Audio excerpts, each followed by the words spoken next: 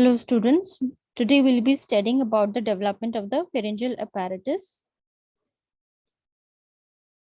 In this part, we'll be studying the development of the pharyngeal muscles,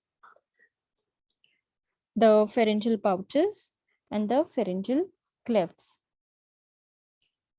So firstly, the muscles of the arches. So the musculature of the pharyngeal arches, they are derived from the cranial head mesoderm. So this cranial head mesoderm, it includes the 5 occipital somites and the unsegmented paraaxial mesoderm. So the muscles of the first arch includes the muscles of the mastication. Apart from it, it includes the mylohyoid muscle, the tensor villi palatini and the tensor tympani, and the anterior belly of the digastric muscle. All the muscles of the first arch are supplied by the mandibular nerve. Now, the muscles of the second arch includes the muscles of the facial expression. Apart from it, the stapedius, the stylohyoid muscle, the posterior belly of the digastric, which is over here, and the auricular muscles. All these muscles are supplied by the facial nerve. Then the third arch muscle is represented by stylopharyngeus muscle supplied by the glossopharyngeal nerve. The fourth arch muscle is the cricothyroid, the tensor villi palatini, which is a muscle of palate and the constrictor of pharynx, whereas the musculature of the sixth arch is represented by the intrinsic pharyngeal muscles. Now, what are the nerves of the pharyngeal arches? The trigeminal nerve with its maxillary and mandibular division is the nerve of the first arch. So the first arch is also supplied by the chorda tympani, which is a pre-traumatic branch of the facial nerve, which is a nerve of the second arch. So the chorda tympani is the pre-traumatic component of the first arch nerve. Then the second arch nerve is the facial nerve. Third arch nerve is the glossopharyngeal, and the fourth and the sixth arch nerve is the vagus. The superior laryngeal and the epicurrent laryngeal branches of the vagus. Now, apart from it, the chorda tympani, as it was representing the pre-traumatic component, the tympanic branch of the glossopharyngeal nerve represents the pre-traumatic component of the second arch, and the auricular branch of the vagus is said to be the pre-traumatic component of the third arch. So the fourth arch, as I told you, is supplied by the superior laryngeal nerve, which supplies the cricothyroid muscle, and the recurrent branch will supply the intrinsic muscles of the larynx. So it forms the nerve of the sixth arch.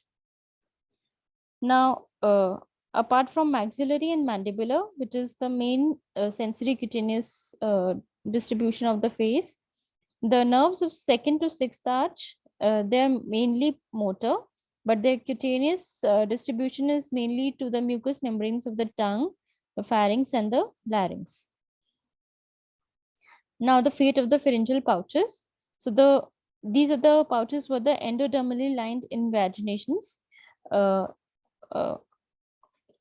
the first pharyngeal pouch, it has got a stalk-like diverticulum, so it is known as tubotympanic recess. Now, this epithelial lining of the first pharyngeal pouch, it comes in contact with the first pharyngeal cleft, and this first pharyngeal cleft forms the future external auditory meatus. Now, this first pouch is having a distal and a proximal component. The distal component is wide, it forms the tympanic or the middle ear cavity along with the mastoid antrum, and the proximal part is narrow and it forms the eustachian tube and the auditory tube. The lining of the tympanic cavity, it aids in the formation of tympanic membrane. Then the second pouch will form the palatine tonsil, as the epithelial lining will proliferate and it will form buds in the surrounding mesenchyme, and then it is secondarily invaded by the mesodermal tissue over here. So the second pouch will form the palatine tonsil, and in adult it is represented by a tonsillar fossa. The third pharyngeal pouch has two wings, a dorsal and a ventral wing. So the dorsal wing, it differentiates into the parathyroid inferior that is the inferior parathyroid gland, and the ventral wing differentiate into the thymus. So both of this, mainly the thymus, it loses its connection with the pharyngeal wall, and it will migrate caudally and medially, and it will take along with it the inferior parathyroid. So later on, the thymus, it meets with its counterpart in front of the thorax, and it, as it carries inferior parathyroid along with it, so it gets incorporated into the developing thyroid tissue. So inferior parathyroid is more variable in position, and finally the parathyroid tissue, they comes to rest on the dorsal surface of the developing thyroid gland. Now the fourth pharyngeal pouch has also got a dorsal and a ventral region. The dorsal region differentiates into the superior parathyroid gland, and whereas the inferior region, it differentiates into the ultimobranchial body or the caudal pharyngeal complex. So the ultimobranchial body is also known as ultimopharyngeal body, and it gives rise to parafollicular C cells. So all these components, the superior parathyroid, the ultimobranchial body, and the inferior parathyroid, all these three, they get incorporated into the developing thyroid gland. Now there is a term known as caudal pharyngeal complex, which includes the three elements: the thymic element, the lateral thyroid element, and the ultimobranchial body. So all these three elements form the caudal pharyngeal complex, which prevents the further caudal migration of the developing thyroid gland. Now there are certain three features which is seen at the floor of the pharynx. So these are three in number. This includes from cranial to caudal direction the rudiments of the developing tongue. Then there is a thyroid diverticulum, which will give rise to the thyroid gland, and then there is a laryngotracheal groove. Now, what is the fate of the pharyngeal cleft? The first cleft will form the external auditory meatus, and the epithelial lining of the at the bottom of the meatus participates in the formation of eardrum or the tympanic membrane.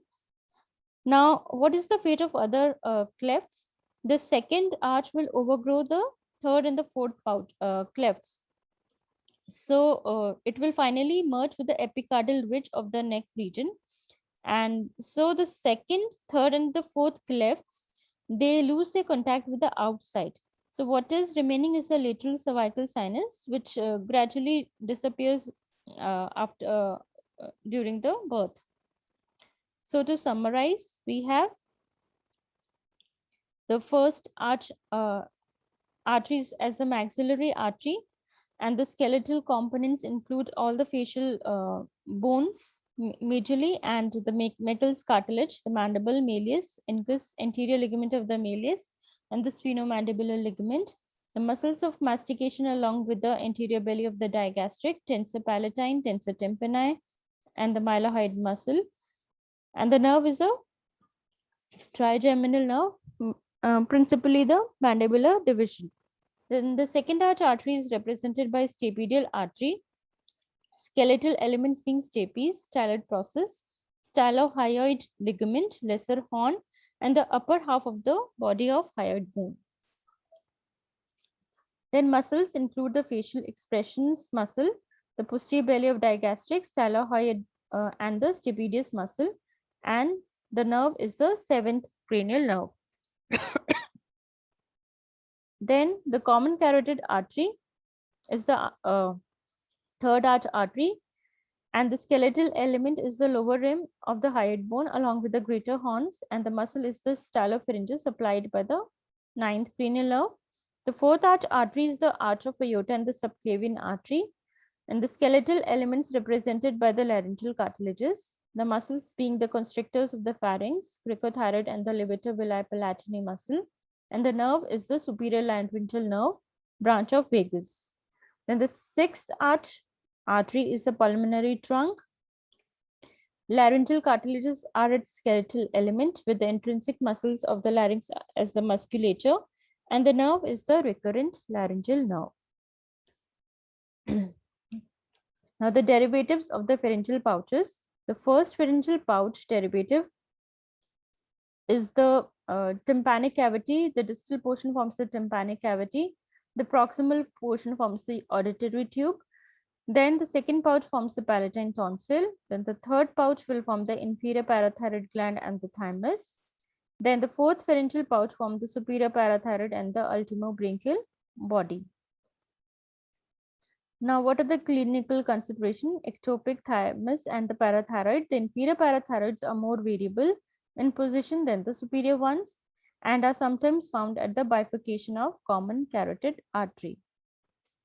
Now, the branchial fistulas. The branchial fistula occur when the second pharyngeal arch it will fail to overgrow caudally over the third and the fourth arches. So, what happened?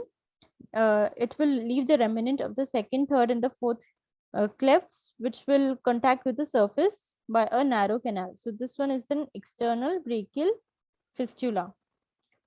So mostly the remnant occur in along with at the anterior border of the sternocleidomastoid. Most common position of the cyst being the angle of the jaw.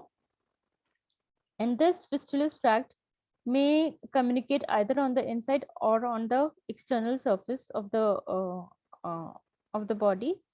And if there is no tract, there may be a simple fluid filled cyst, which is known as the cervical cyst or the pharyngeal cyst. So this cyst is the remnant of the cervical sinus, which is most commonly, I told you, is found at just below the angle of the jaw. So this forms the embryological basis that when the second pharyngeal arch fails to overgrow the third and the fourth clefts, then this leads to the formation of cervical sinus or branchial fistulas. Now the DiGeorge syndrome or the 22q11 deletion syndrome. So this is caused by micro deletion of the long arm of 22nd chromosome, and it results in failure of formation of the third and the fourth pouches. So the thymus and the parathyroid glands, they do not form. And since the thymus is not formed, the patient is immunodeficient. And due to the lack of the parathyroid gland, he or she suffers from hypocalcemia. Then this is also accompanied by neural crest cell migration defects, which is accompanied by the facial anomalies resembling the first arch syndrome and various cardiovascular anomalies due to abnormal neural crest cell migration. So there is a defective aorticopulmonary septum formation. So I'd like to share a case scenario when you are called as a consultant for a child with a very small mandible and ears that are represented by small protuberances bilaterally. So this is a facial anomaly, and the baby has numerous episodes of pneumonia. This indicates that the baby is immunodeficient and is small for its age. So because of the calcium, there is a calcium deficiency. So there is also stunted growth. So what might be your diagnosis and what have caused these abnormalities? So the example, this is a typical case scenario for DiGeorge syndrome. That's all. Thanks for listening. This completes the topic, the development of the pharyngeal pouches and the clefts.